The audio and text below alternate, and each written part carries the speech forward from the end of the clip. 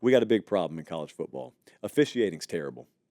If you know me, you know I never complain about this stuff. I don't believe in complaining about it. It has gotten so egregiously bad, I have no choice but to be the guy who complains about this stuff. You remember a few weeks back, Georgia goes into Austin, and that officiating crew just embarrasses themselves. And you remember that initially a call is made, and then there's a timeout on the field because a bunch of trash rains down on the field, and that gives them enough time to watch the replay on the scoreboard. Then they change the call, which was sus AF on the surface, and it was such an embarrassment. It was so Bush League. It was so embarrassing, and I came on the show the next night, and I called it out for what it was. It was pathetic. It should never be something that happens at the highest levels of college football. Truthfully, it's unacceptable at the middle school level, but it especially shouldn't be happening at the highest levels of college football. And then I said the next night, what's the most pathetic about this is you will never hear another word about it. Texas and Georgia may get some internal communication that doesn't mean anything because you can't go back and redo the game. And it didn't change the outcome of the game per se, but it could. And it's pathetic that it happens even if it's a 50-point blowout. But I said, you, me, people who are responsible for this sport being as big as it is and as profitable as it is will never get an answer. And we never got an answer. And that brings me to last night because that same crew was in Norman, Oklahoma. Bama's down 3 possessions. It's early fourth quarter. They're driving. And Ryan Williams, I want you to look at him there. He's this wide receiver here in the middle. You and I look at that, and we see a normal formation. But my guy off the screen to the bottom apparently saw him covered up. And so this play is allowed to unfold, and it's 4th down and 3. You can see the scores, 24-3. It's 4th and 3, probably a last gasp for Alabama here.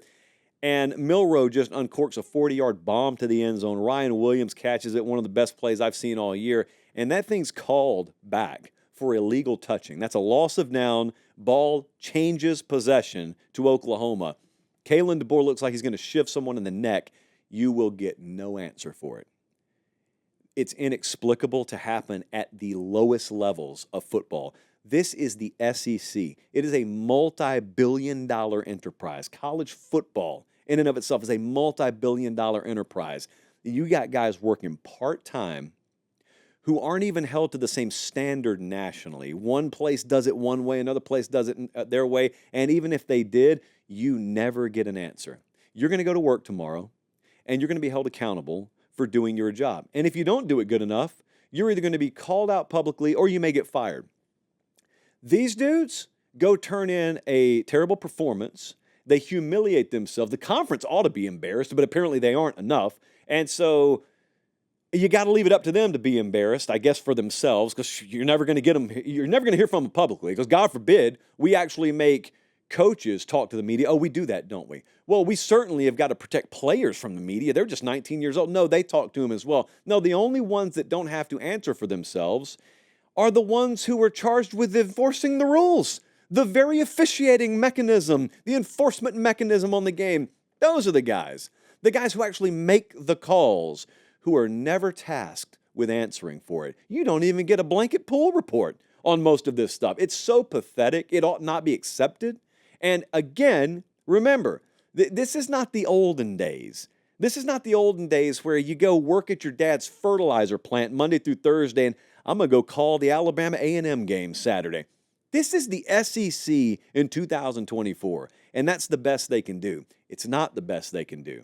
It's just what they're willing to do right now because no one really calls them on it. Like, I give Fowler and Herbstreit a lot of credit last night. Their rules expert on the broadcast, I think, pointed it out. But if we're being real with each other, that network is in bed with the conference. They have an exclusive media rights deal. I don't even blame those guys. They're not going to go after the throat of those officials. And it's not even the officials I have a problem with. I got supreme respect for people who officiate this game. Major league umpires, I got supreme respect for them. It's not even that. It shouldn't be up to them. It should be up to the people they answer to. It is Greg Sankey at the SEC league office. It's Tony Petitti at the Big Ten league office, who ought to have long ago looked at their product and said, This is 2024. We just cashed a check with how many zeros on the end? This starts with a B. This says billions. It may be time for full-time officials. It may be time to nationalize officiating, where we have a same standard across the board.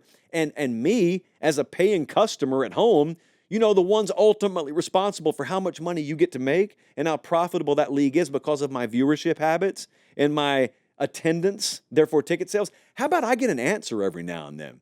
I'm the entire reason you're here. How about I get an answer every now and then? No, all you get is threatened. If you're a coach, you better not speak out against us. Can't do that. Now you can get hung up in town square. You can get called out. That doesn't matter. But officials now they better not deal with that from you. They better not. Even though you could lose your job because of their bad calls, they better not deal with that from you. How are we here? How is this where it is? In 2024, you have got a billion-dollar industry and still the same nickel and dime enforcement arm that you've always had. I will say again, I am not calling into question individual officials. I am calling into question the unwillingness for the people you answer to put you in a better position. I'll share something with you because we're far enough away from it now.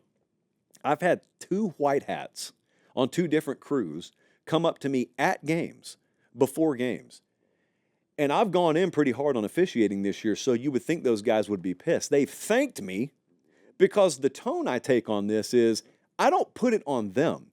Those guys have got an incredibly hard job to do. Sometimes they get it right, sometimes they get it wrong. Understand, this last night, as egregious as it was, that guy has no recourse because it's not reviewable. There's no recourse. It's clear as day. The guy's not covered up. He has no recourse. He can't do anything about it. They're put in a very, very compromised position because the mechanisms aren't there as they should be. The method of training and the different clinicians that work some of these circuits that you have to go to get accredited to work your way up the ladder, like the way that works would boggle your mind. Actually, if you're familiar with inefficiency of any kind, then it wouldn't boggle your mind. You would look at it and you'd say, of course, makes perfect sense. That is officiating in college football right now. So you got good officials, you got bad officials. I don't even put it on those guys. They're not the ones making the rules. They're trying to enforce it as best they can. I don't ever hurl allegations of shadiness their way because I don't believe that. I've got no evidence of that. But I will tell you this. If you're at the league office in the SEC or the Big 12 or the ACC or the Big 10, you've got some stuff happening in your games that is so egregious that when it happens, how can you not help but for your first thought to go to something underhanded?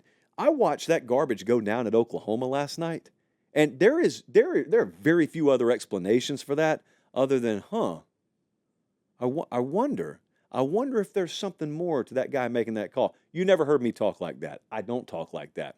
But you look at this freeze frame right here, and you tell me Ryan Williams there looks covered up. The guy's standing 5 yards from it and throws the flag on it for illegal touching. You know what the internet does with that.